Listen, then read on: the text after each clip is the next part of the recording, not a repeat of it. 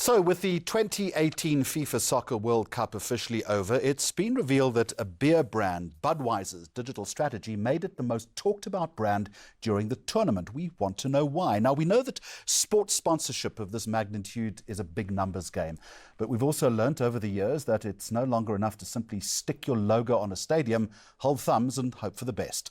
With innovative and disruptive ideas, Budweiser managed to find that all-important human connection with football fans the world over. And here to tell us more about the strategy and outcomes is Sifiso Pule, who is the digital manager for the Africa zone at AB InBev. I was just saying to you a little earlier, Sifiso, and welcome, that your job didn't actually exist 5 years ago. That's very true. That's something else to talk about. Before we get to the digital strategy side of things, I want to know why this tournament is such a good fit for the brand that you represent. I think the association has been about a quarter of a century. It has been 32 World Cups that Budweiser has been involved in. And the reason why Budweiser chose the World Cup to just partner with, it's the biggest party on earth and it comes along every 4 years. And so with South Africa and Nigeria having Budweiser for the very first time in this tournament, a bigger party was had, and so that's why the conversations ensued online. Why do you need to think beyond the point that I made in the introduction about simply sticking your logo on the stadium or on the corner of a television set and saying, well, job is done?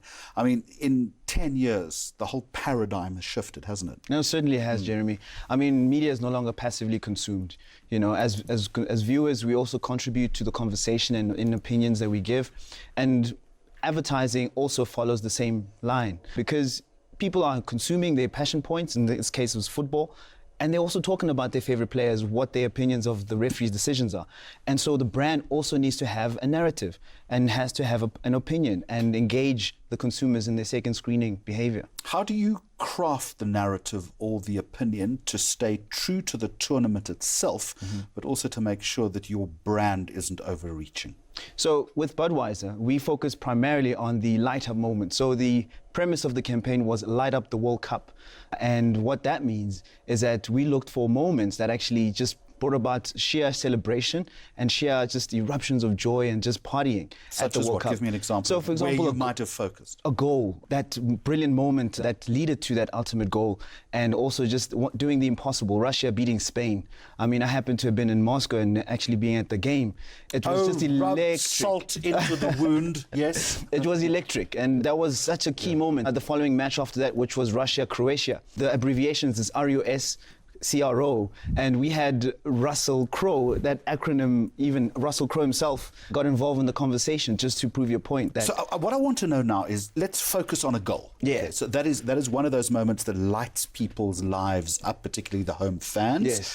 What then digitally do you do in order to migrate that into the space where you will seed and sustain the conversation? The technicality or the logistics behind it, what are you doing? It was a massive collective effort, which began just months before the tournament, as you would imagine. And it's a multi-stakeholder arrangement where we prepared for war rooms. And so what that means, as you would imagine in those war movies, is that you had strategy, you had all the technical and insights team being on present, and we, in our case, we had design team. We also had the social commentary around the games in terms of stats that the sports channels would not have. So all of that preparation went into preparing for the conversation that would take place. So the moment something happens which is going to light up the tournament, that war room springs into action. We were ready. Yeah? What do you do? We were ready with the conversation, with an angle that's in tandem with the positioning of the brand. And so that's how it was so authentic, because you have to post and create content as it happens. How do you determine the angle?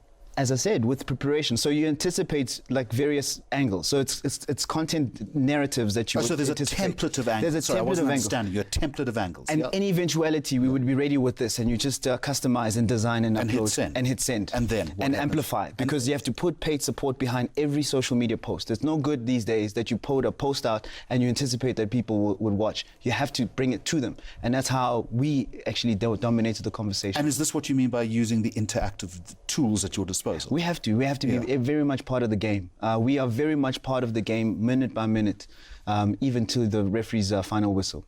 What about the above-the-line stuff, though? I mean, all of this started, particularly with the Light Up the FIFA World Cup campaign. I think that started in It was around May, yes. Yes, and May. even if you go way back in December. Would that have initially seeded the digital conversation, and could you have done the digital component without having a great big thundering ad to set the scene? You raise a great point, Jeremy, in that this is in many ways an integrated marketing campaign, and that's how true successful campaigns will stand out. In that you got the awareness piece that just announces who you are, what you are. In this case, the Light Up the World Cup, which kicked off in May. And then that awareness and being present on TV made us authentically relevant in engaging on the soccer tournament. People need to know that we are involved in the World Cup, and therefore we are the official beer of the World Cup, and what it means for us to be part of that Light Up the World campaign. And so socially, we drove that conversation, leveraging that awareness that we have on TV. And how do you measure your success? Did you set targets? We had set targets. So being the first time being involved in the World Cup from an Africa zone point of view, as I mentioned, Nigeria and South Africa. South Africa, even less of an advantage, we did not have a national team participating in the World Cup, as you would know. But conversations are driven in country mainly by the passion and the interest in the national soccer team. So we had to make sure that we had legitimate reasons to engage, and we drove that conversation around those light up moments and just bringing that World Cup experience to South Africa. Did you meet those targets? We met those targets. We, in fact, exceeded those targets. So we beat the global benchmarks as an Africa zone, which is unbelievable. And secondly, from a global point of view, Budweiser dominated the conversation, which is the reason why we're having this conversation. Well, final question, that without repeating the fact that you went to Russia to watch the World Cup, you've made that very clear to me, and I'm very envious. What was your favourite light-up moment? My favourite light-up moment was when Africa won the World Cup. So, you asked me why, maybe, is that you look at the Africa diaspora that's represented in the French national team. It was very much a success and testament of African talent.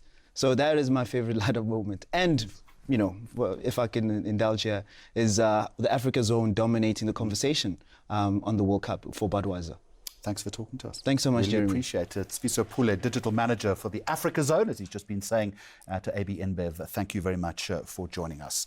So while Budweiser was dominating the digital space, a local advertising campaign winning our hearts.